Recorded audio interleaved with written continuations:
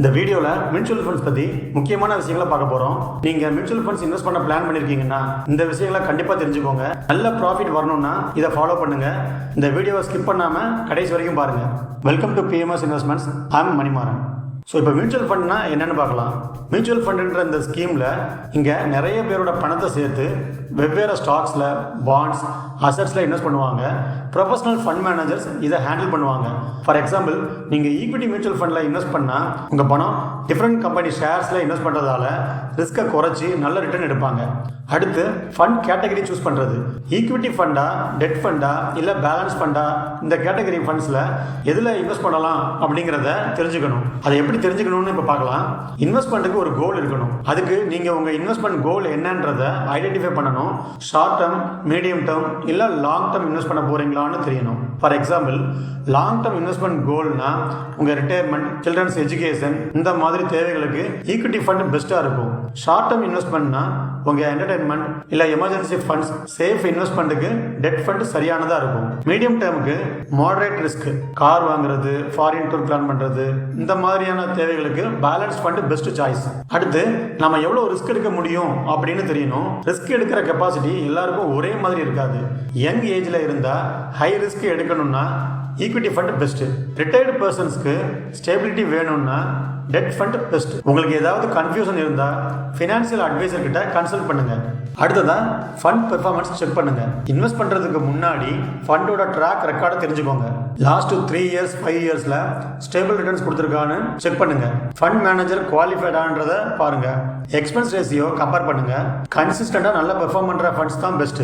அடுத்து portfolio diversification ரொம்ப முக்கியம். ஒரே ஃபண்டில் ஃபுல் அமௌண்ட் இன்வெஸ்ட் பண்ணிடக்கூடாது. நல்ல க்ரோத்துக்கு ஈக்விட்டி ஃபண்டு, ஸ்டெபிலிட்டிக்கு டெட் ஃபண்டு, ஸ்பெசிஃபிக் இண்டஸ்ட்ரியில் இன்வெஸ்ட் பண்ணுறதுக்கு செக்டார் ஃபண்டு, மார்க்கெட் வாலட்டிலிட்டிக்கு இது நல்ல ப்ரொடெக்ஷன் கொடுக்கும். அடுத்து ரொம்ப முக்கியமானது, எமோஷனல் டிசிஷன் எடுக்கக்கூடாது. மியூச்சுவல் ஃபண்ட்ஸ் லாங் டேர்முக்கு. மார்க்கெட் ஃப்ளக்சுவேஷன்ஸ் பற்றி பயப்படாமல் பொறுமையாக இருங்க. ஃபார் எக்ஸாம்பிள், நீங்கள் மார்க்கெட் கொஞ்சம் கீழே போனால் பேனிக் ஆகி மணி வித்ட்ரா பண்ணிட்டீங்கன்னா லாஸ் ஆகிடும். ஸோ வெயிட் பண்ணி பாருங்கள். அடுத்து எஸ்ஐபியில் இன்வெஸ்ட் பண்ணுறது. எஸ்ஐபின்றது சிஸ்டமேட்டிக் இன்வெஸ்ட்மெண்ட் பிளான். எஸ்ஐபி வழியா மியூச்சுவல் ஃபண்ட்ல இன்வெஸ்ட் பண்றது ஒரு நல்ல சாய்ஸ். இதுல மந்த்லி ஒரு ஃபிக்ஸட் அமௌண்ட் இன்வெஸ்ட் பண்ண முடியும். எஸ்ஐபியில் மார்க்கெட் ஃபிளக்சுவேஷன்ஸ் கம்மியா இம்பாக்ட் ஆகும். நீங்க மினிமம் 500 ரூபாயில இருந்து எஸ்ஐபி ஆரம்பிக்க முடியும். அடுத்து உங்க போர்ட்ஃபோலியோவை ரெகுலரா ரிவ்யூ பண்ணுங்க. மியூச்சுவல் ஃபண்ட் இன்வெஸ்ட் பண்ணிட்டு மறந்துடாதீங்க. இயர்லி பெர்ஃபார்மன்ஸ் செக் பண்ணுங்க. ஃபண்ட் ட்ராக் பண்ணிட்டு நல்லா பெர்ஃபார்ம் பண்ணலன்னா அந்த ஃபண்டை வேற நல்ல ஃபண்டுக்கு ஸ்விட்ச் பண்ணிடுங்க. ஸோ இப்போ நம்ம பார்த்தது எல்லாத்தையும் குயிக்காக ரீகேப் பண்ணலாம். ஃபர்ஸ்ட், மியூச்சுவல் ஃபண்ட்னா என்னன்னு பார்த்தோம். அடுத்து கேட்டகரி சூஸ் பண்ணுறது. ஈக்விட்டியா, டெட்டா, பேலன்ஸ்டா, எந்த ஃபண்டுன்றதை உங்கள் ரிஸ்க் கெப்பாசிட்டிக்கு ஏற்ற மாதிரி சூஸ் பண்ணுங்க. லாங் டேர்முக்கு ஈக்விட்டி, ஷார்ட் டேர்முக்கு டெட் ஃபண்டு அண்ட் மீடியம் டேர்முக்கு பேலன்ஸ் ஃபண்டு. உங்கள் ரிஸ்க் டேக்கிங் கெப்பாசிட்டி என்னன்னு பாருங்க. ஃபண்ட் பெர்ஃபார்மன்ஸ் செக் பண்ணுங்க. போர்ட்ஃபோலியோ டைவர்சிஃபிகேஷன் ரொம்ப முக்கியம். எமோஷனல் டிசிஷன் எடுக்கக்கூடாது. எஸ்ஐபியில் இன்வெஸ்ட் பண்ணுங்க. ரெகுலராக ரிவ்யூ பண்ணுங்க. ரெகுலர்னா டெய்லி இல்லை, இயர்லி பெர்ஃபார்மன்ஸை செக் பண்ணுங்க. இது எல்லாமே மியூச்சுவல் ஃபண்ட் இன்வெஸ்ட்மெண்ட்ஸ்க்கு ரொம்ப முக்கியமானது. இதை ஃபாலோ பண்ணுங்க. இதை ஃபாலோ பண்ணீங்கன்னா உங்க ஃபினான்ஷியல் கோலை மியூச்சுவல் ஃபண்ட் மூலமா அச்சீவ் பண்ண முடியும். இப்பவே உங்க மியூச்சுவல் ஃபண்ட் ஜேர்னியை ஆரம்பிங்க. தேங்க்ஸ் ஃபார் வாட்சிங். Happy investing.